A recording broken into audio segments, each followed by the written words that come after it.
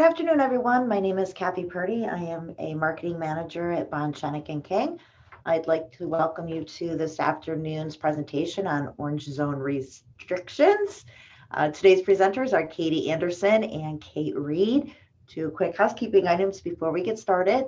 Please enter any questions in the Q&A box located at the bottom of your screen. And if you would take a moment to complete the brief survey once today's presentation has ended, we would appreciate that. So to get us started, I'm going to hand it over to Katie in Albany.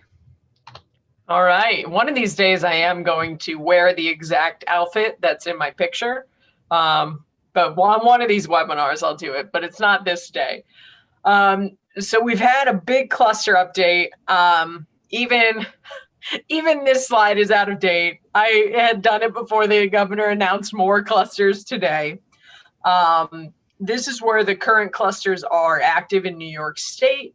The biggest, one of our concern at the moment is the Erie County one, which is orange and yellow.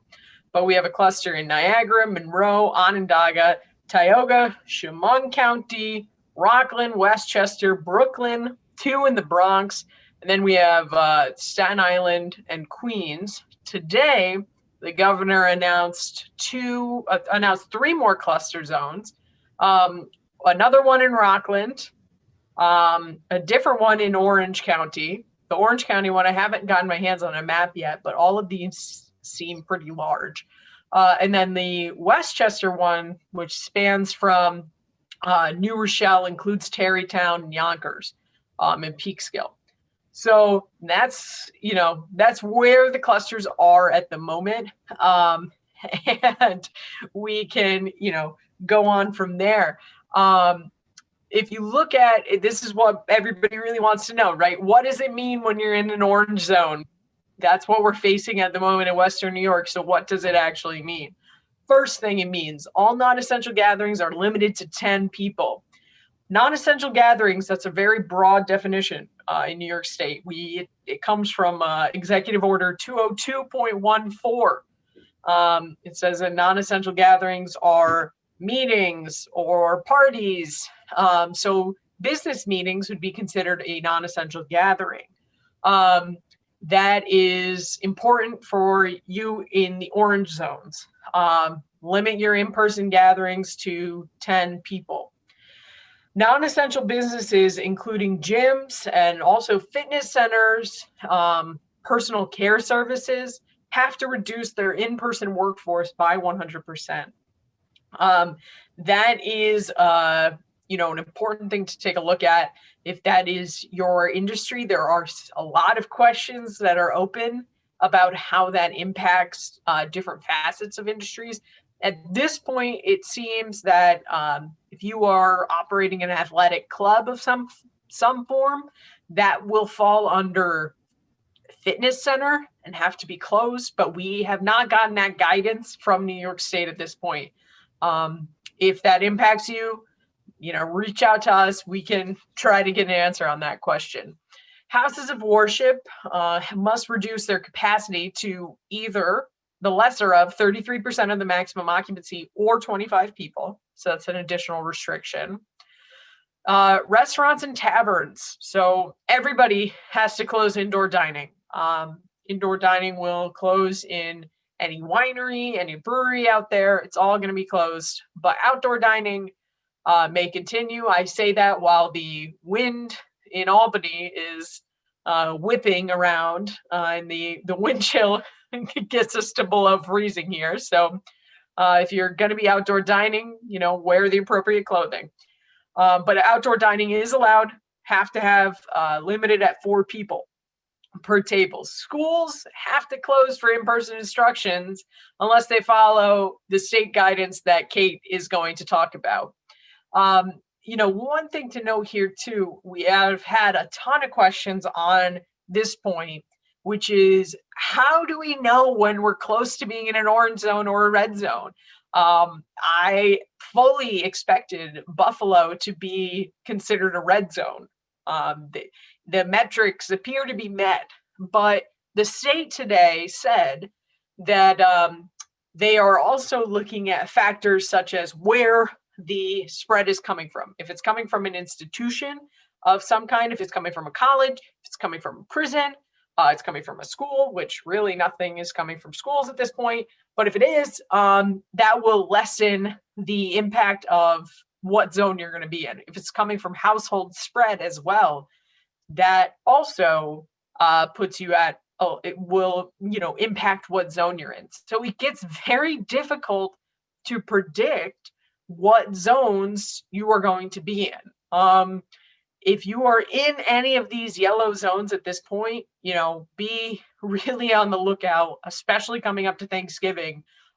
There is a good chance that designation may change soon. And especially in Western New York, this is the situation out there. It's not good. I imagine that they're probably going to have this orange zone restriction for, maybe a week, but we'll go on from there. And then flash forward. If there is a red zone that's designated, what does that mean? No non-essential gatherings. The biggest thing here is all non-essential businesses must reduce their in-person workforce by 100%. That is a big change. That means we're going back to March. Remember in March when it was, well, I'm a non-essential business, but I have an essential function that I have to serve. My security team has to be able to come in. That's still allowed. That type of analysis, we're going to have to reach back into those March emails and take a look at how that worked, because that's what we're going to be doing in the red zones. All restaurants and taverns must close for in-person service. They may remain open for delivery and takeout. And schools, again, Kate will be going over that. One last thing about the essential businesses in red zones. Remember, this is from the Empire State Development site. If you go to www.esd.gov, I believe is their website, just search Empire State Development. You will get to the page. You'll have two essential businesses lists that are right on the front page. One says clusters, and then the other one says, New York State on pause essential business list. We are focused on the cluster essential business list. The cluster essential business list, they're very similar. They're almost identical, but there are some differences. This is not different though. This phrase is in this cluster list, which says that even if you are an essential business, your non-essential functions of that business should not be in person. That is in a red zone. So if you are, let's just say doctor's office, and you have a marketing team, your marketing team needs to be remote. Even though you are an essential business that is, you are absolutely that, your marketing team is a non-essential function of that business, needs to be remote. That, is only in a red zone, but be thinking of that now. Think of that now, prepare now, because it is most likely coming, at least somewhere in the state, we're going to be having some larger shutdowns occur. So with that, I am done. If you have questions, pop them in the chat. I'll be going through the chat, so no worries. All right, thanks everybody. Thanks, Katie. I'm going to cover a little bit of the rules as they apply here to school operations. I'm a school attorney at Bond, and as such, I work almost exclusively with our public school practice. But I know that schools are top of mind for everybody, because you don't need to be a school and operating a school in order to care about the rules that apply to schools. If you are a parent, you care about what the schools are doing, because that's going to impact your ability to find childcare in all likelihood. If you are an employer, in all likelihood, you employ people who have children that go to schools, and therefore these rules are potentially impacting you as well. So essentially, the rules are that, and I want to cover just yellow zones a little bit. Yellow zones as designated by, Katie went over them in her original slide. Yellow zones can continue to operate in person as long as they're testing a minimum portion of their in-person students and staff. Red zone and orange zone considerations are a little bit more strict. As Katie said, under the authority of Executive Order 202.68, schools that are in designated orange or red zones must close for in-person instruction for a minimum of at least 2 weeks. If schools seek to reopen, they're required to follow detailed health and safety guidelines. Next slide, please. So in order to reopen, as I said, after those 4 calendar days, testing needs to basically commence. So the school must ensure that anybody who is going to be returning on that 5th day after the zone has been designated has obtained a negative COVID test after the closure of schools. So anyone, that would include students, that would include staff who are returning to school, would need to be tested and have proof of a negative COVID test. Next slide. So after testing, if somebody is positive, they are required to be quarantined. The districts are required, and non-public schools are required to coordinate with the local DOHs to ensure that contact tracing is completed. And then also schools are responsible for completing an attestation through the Department of Health school survey documentation that outlines all of the testing results that have been obtained. That needs to be submitted through the DOH portal. Once reopening has commenced, even if schools are taking advantage of that reopening on the 5th day, there has to be intensive system and exposure screening on a daily basis. And schools must continue to ensure that 25% of their in-person learning community is tested weekly. And that would begin 7 days after reopening. And likewise, those attestations regarding the testing that has been completed would have to be able to continue. So not surprisingly, these are pretty onerous testing rules. So we're expecting that schools have the authority to operate remotely under plans that they were required to submit to the New York State Education Department back in the summer, in July and August. Schools were required to submit plans that contained alternative arrangements for either operating in person, remotely, or a hybrid of the two, meaning all schools have the capacity and a plan in place to be able to pivot to remote instruction. So what will remain to be seen is as schools are designated in red zones, if they will attempt to comply with these testing requirements, or if they will simply opt to remain remote and provide solely remote instruction until such a time as the school has been removed from the red zone. Next slide, please. So the whole testing protocol here raises a number of concerns, and that's not just for red and orange zones, but also for yellow zones as well, where although testing is not required at the same level, testing is nonetheless required of 20% of the population of in-person participants if you wish to remain open. One of the big questions is who is actually doing this testing. So schools have a couple of options in this regard. They can obtain authority from the Department of Health to conduct their own testing as a limited laboratory that's capable and authorized to administer COVID testing. Most of our districts, in our experience, have been not going to this, taking this effort, just because the audit and bookkeeping requirements of being so licensed are really very, very onerous. The alternatives are they can contract with outside agencies to conduct the testing. Some districts are doing that, or they can coordinate with the Department of Health to conduct the testing for them.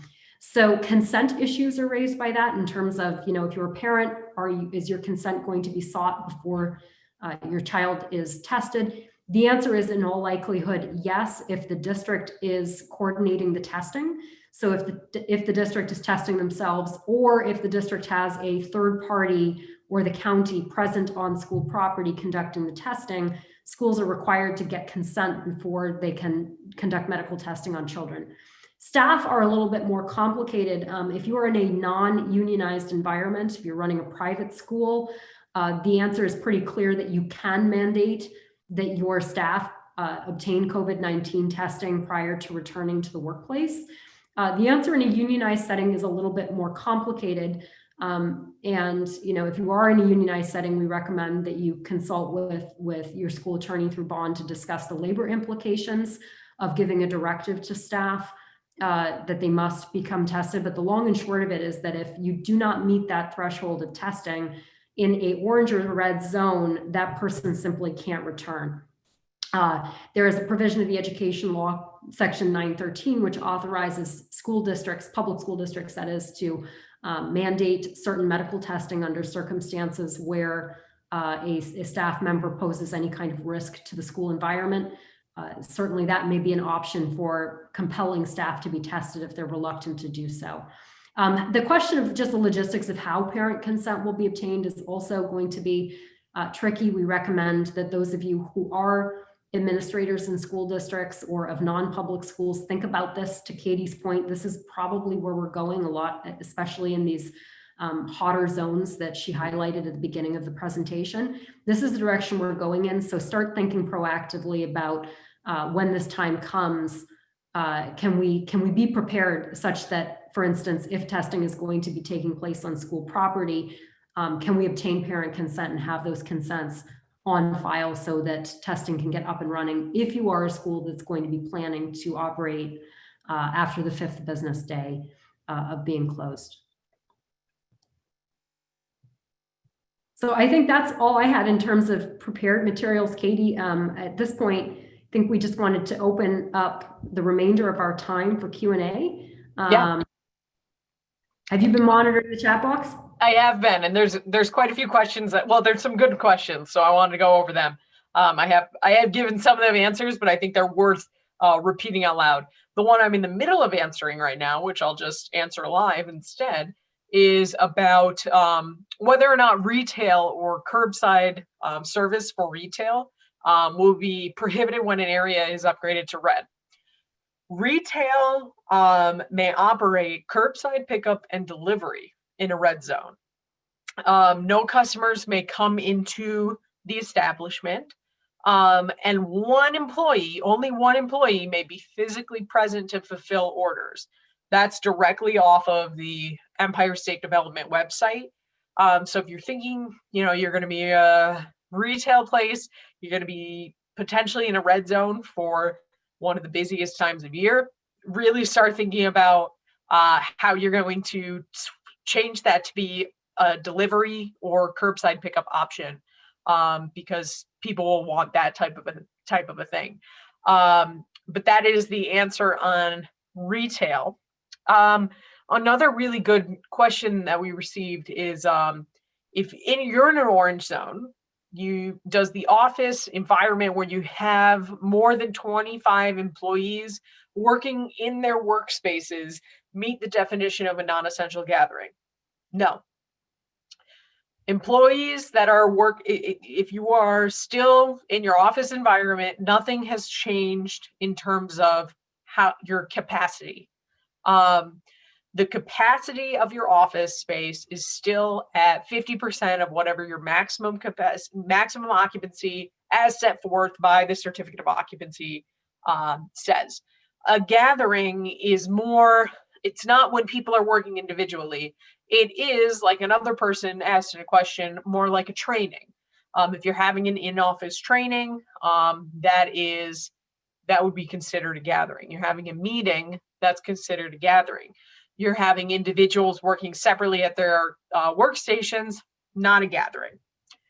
Another thing, to just say, that was in the question, the number 25 was there, but remember, gatherings are limited to 10 people in an orange zone, 25 people in a yellow zone, 10 people in an orange zone, 0 people in a red zone. Another person asked, we have a fitness center with an indoor pool and squash courts. Can the swimming and squash continue? It's a great question that is still very unclear at this point, whether or not that will be allowed. On the more conservative end of things, the guidance says that, and I'll pull it up right now so I can say to you correctly what the guidance says. It says that other non-essential businesses, including gyms, fitness centers, or classes, must reduce their in-person workforce by 100%. It's really a toss-up as to whether those things would be considered fitness centers. They do have separate reopening guidance for pools at least, but I would be on the more cautious side of things here until we get some further clarification. It's a dicey territory. I know that some places are still have their fitness centers open, but I would not want to be the place that's getting fined for that if otherwise. It does not look like we have any other questions at the moment. I did put in the chat to everybody the cluster guidance for essential businesses. And that will, feel free to take a look at that. We did just get 2 more essential business questions. But one of them, I think, Kate, you maybe will have a better answer to than I will, but if you don't, then we might have to move on from the question. I'm not sure that we're going to have a great answer for it. Yeah, so it looks like there's a question about daycares. I think that's whenever issues regarding children come up, I'm the Kate that those get routed to. So I'll take a stab at that. So the question relates to whether daycare centers will be continuing to provide essential workers. And the answer will depend on whether you are an exempt or a non-exempt daycare. So if you are providing child care and you are licensed through the Office of Children and Family Services, in all likelihood, you are a daycare that is going to be able to, assuming, and we're reading the tea leaves a little bit here, but assuming you are going to continue to operate under the same rules that were in effect in March, going back to remember March, as Katie said, daycare was considered to be essential, essential function for childcare purposes. So you would likely be able to continue to do that. There would likely be, just as there were back pre-reopening, detailed guidance regarding the protocols that need to be in place for COVID prevention in the context of your operations. And we would expect that would continue as well. Small note here about if we do have any schools on the line, there are a lot of schools that also operate child care, and they are considered to be exempt, provided that the care is being provided by an educational organization. And in that context, we do have guidance from DOH and from the Office of Children and Family Services that has clarified that because the only basis for the exemption for that form of childcare is the school nexus. So in other words, you're only operating out of a school and that's why you're exempt. Because the school would be closed, likewise, that exempt childcare would not be authorized to continue to operate. So if you are, simple answer, if you're OCFS regulated childcare, you likely will be able to continue to operate. If you are exempt childcare being operated by a school, public or private, then the answer is likely no. You want to take dance studios, Katie? That seems like totally your speed. Yeah, I will take dance studios. So dance studios, it falls into that same issue as squash courts and swimming pools. While you were answering that question, I pulled up the interim guidance for sports and recreation that was issued by the state. This is a really tough call. This is one for both the squash courts, dance studios. I encourage you, contact your local Department of Health. They are very overwhelmed at the moment. So if you can't contact your local Department of Health, try to contact your local, if you have an economic development center, contact them. If you don't know how to contact those people, get in touch with us. We will get in touch with them to get the right answer, because I think this is going to vary from locality to locality. Some localities may interpret this to mean that strictly it's just gyms that are closed. Others may interpret it to mean that dance studios, swimming pools, all of those sports and recreation centers would be closed. So that's my answer to that one. But here we have a school question for you. So back to you. All right, back to the other Kate. So we're the Kate squad today. So who is the ordering physician for school COVID testing? And it looks like, by the way the question's framed, this is because this is a school, brave school, that is trying to get qualified to be a limited service laboratory to conduct their own COVID testing. In that case, you are required to identify the ordering physician.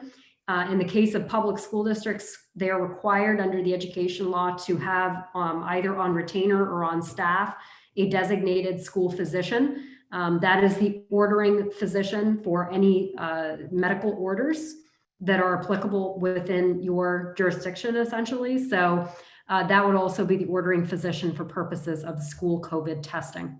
And I think, unless we have any other questions, that looks like we've reached the end of the questions. So thank you all for being with us today. I know it was short notice, so appreciate it. And if you have other questions, you know how to get in touch with us. We're around.